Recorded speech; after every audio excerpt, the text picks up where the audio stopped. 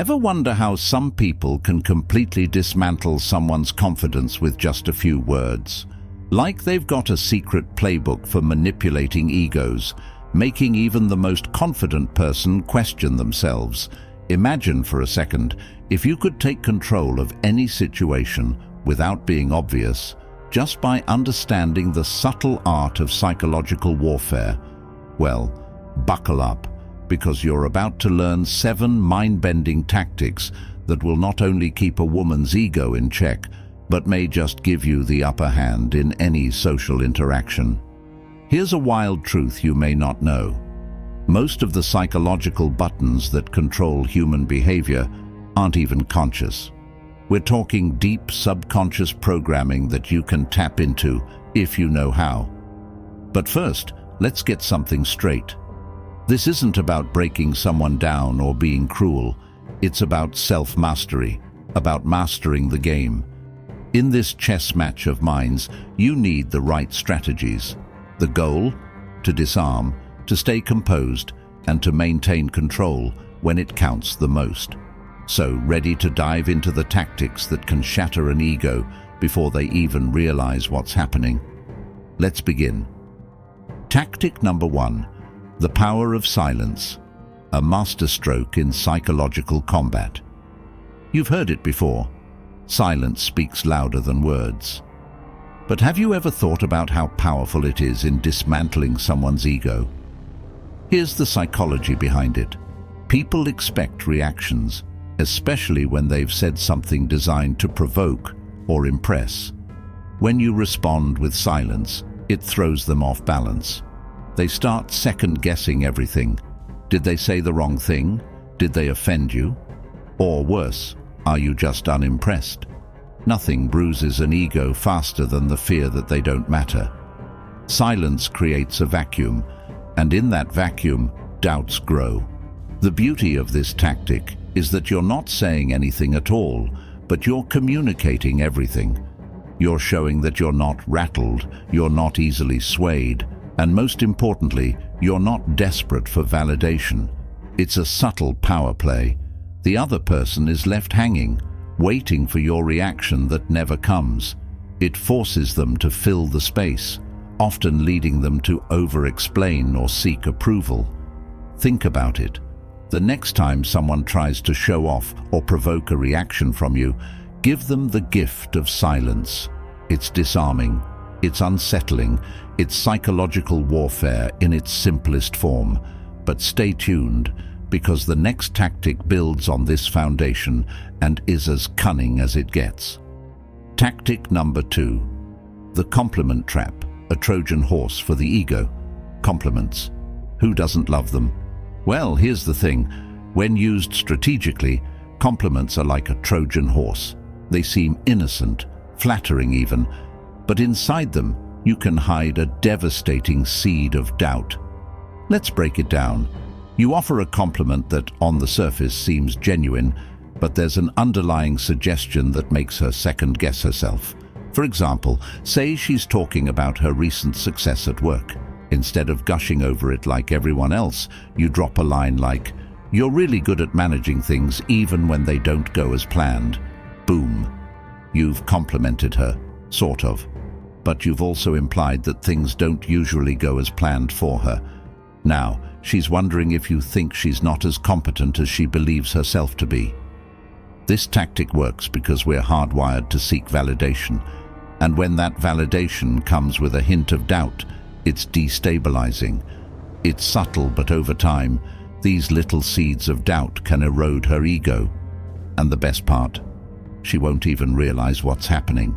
Keep watching, because we're about to introduce another level of psychological finesse, one that leverages humor to disarm and control any conversation. Tactic number 3, the art of disarming humor, laughing your way to power. Humor, it's a social lubricant, a universal way to break the ice and diffuse tension. But in the realm of psychological warfare, humor can also be a powerful weapon. The secret? You're not using humor to entertain, you're using it to disarm and assert dominance in the most subtle way possible. Here's how it works. When a woman with a strong ego tries to assert herself or take control of the conversation, a well-placed joke can completely derail her. For example, let's say she's going on about her accomplishments. Instead of nodding along, you could respond with, "Wow, you're basically a superhero. Should I get you a cape?" It's playful, it's light-hearted, but underneath it all, it's challenging her narrative. You're making her accomplishments seem less significant without outright dismissing them. This tactic is brilliant because it lowers her guard. Laughter diffuses tension and keeps the mood light, but it also subtly shifts the power dynamic. You've just demonstrated that you're in control of the situation, that you're confident enough to poke fun without being disrespectful. But we're not done yet. Next up, we'll explore a tactic that flips the script and makes her ego work against her own self-interest. Tactic number 4, reverse psychology, turning her own mind against her. Reverse psychology is an oldie but a goodie. It's the classic move of making someone do what you want by suggesting the opposite. Sounds simple, right? Well, when done correctly, it's one of the most effective ways to manipulate someone's ego. Why? Because people, especially those with inflated egos, hate being told what to do, or in this case, what they can't do. Let's break it down with an example. Imagine you want her to open up about a topic she's been avoiding. Instead of directly asking, you could say something like, "I know you're probably not comfortable talking about this. It's okay if you don't want to share. What have you done?" You've implied that she's afraid or incapable of discussing the topic, and now her ego is triggered. She'll want to prove you wrong. She'll insist on showing you that she's more open or confident than you think. This is psychological judo. You're using her ego's own momentum against her, leading her to do exactly what you wanted in the first place. It's brilliant, it's subtle, and it's incredibly effective. But the next tactic takes things to an even deeper level of control. Tactic number 5. The vulnerability play, the Trojan horse of emotions. In a world where everyone's trying to be invincible, showing a little vulnerability can completely disrupt someone's mental playbook. Vulnerability isn't weakness, it's a strategy, and in psychological warfare, it's a Trojan horse. Here's the psychology behind it. When you show vulnerability, you disarm the other person's defenses. They expect competition, strength, even arrogance. But when you admit a flaw or express a personal concern, they're left scrambling. Their ego wants to continue asserting dominance, but now there's a shift. Instead of competing, they start empathizing. They lower their guard, thinking they have the upper hand, when in reality, you've just taken control by shifting the conversation into an emotional space. Let's say you're in a heated argument. Instead of raising your voice or fighting back, you could say something like, "Honestly, sometimes I just don't feel like I'm good enough in these situations." It's unexpected. She's no longer fighting against your ego. She's suddenly feeling compassion or confusion. It's a power move disguised as vulnerability, and it throws the ego into a tailspin. Next, we're getting strategic with detachment, a tactic that keeps the ego on edge and craving attention. Tactic number 6. Play the long game with detachment, mastering emotional distance.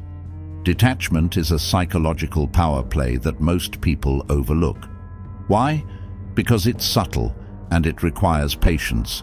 But when you master detachment, you send a clear signal. You're not emotionally dependent on anyone. And that drives egos insane. Here's why it works.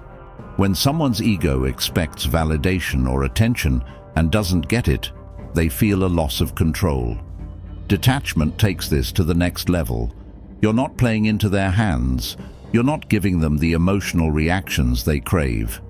Instead, you remain cool, calm, and distant, like a chess master, always thinking several moves ahead. This tactic works especially well in dating or competitive situations. When a woman feels like she doesn't have the control over your emotions that she expects, she becomes fixated on getting it back. Her ego needs to win. But here's the secret. When you stay detached, you're already winning. You've made her ego chase something it can never fully grasp, and in doing so, you maintain all the power without even trying. But if you really want to throw a wrench in the works, the final tactic we're about to discuss is a psychological nuke. Tactic number 7. Planting seeds of doubt, eroding confidence over time. This is where things get intense. Planting seeds of doubt is like long-term psychological warfare. It's not about delivering a knockout punch. It's about slowly eroding someone's confidence over time, so they're constantly questioning themselves. The beauty of this tactic is that it's almost invisible. You're not directly attacking the ego. You're planting small, almost imperceptible suggestions that make her question her abilities, her decisions, and even her self-worth. Here's how it works. During a conversation, instead of challenging her outright, you ask innocuous questions that subtly imply she's not as competent or successful as she believes. If she's talking about her career, you might ask, "Did your boss give you any feedback on that project? I'm sure they had some suggestions for improvement." It seems harmless, but now she's wondering if her work wasn't as flawless as she thought. It's not about tearing her down immediately. It's about creating a lingering doubt that gnaws away at her confidence over time. When used sparingly and with finesse, this tactic can quietly undermine the ego, leaving her in a state of perpetual self-doubt.